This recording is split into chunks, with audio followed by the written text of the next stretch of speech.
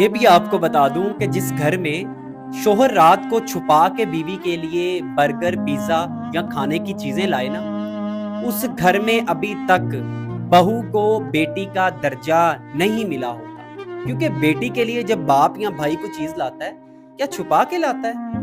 وہ سب کو بتا بتا کے کہتا ہے میں نے اس کے لیے یہ چیز لائی ہے، چاہے رات کے 2 کیوں نہ بج رہے ہوں۔ یہ دوہرا معیار کب ختم ہوگا ہماری جوائنٹ فیملی سسٹم سے؟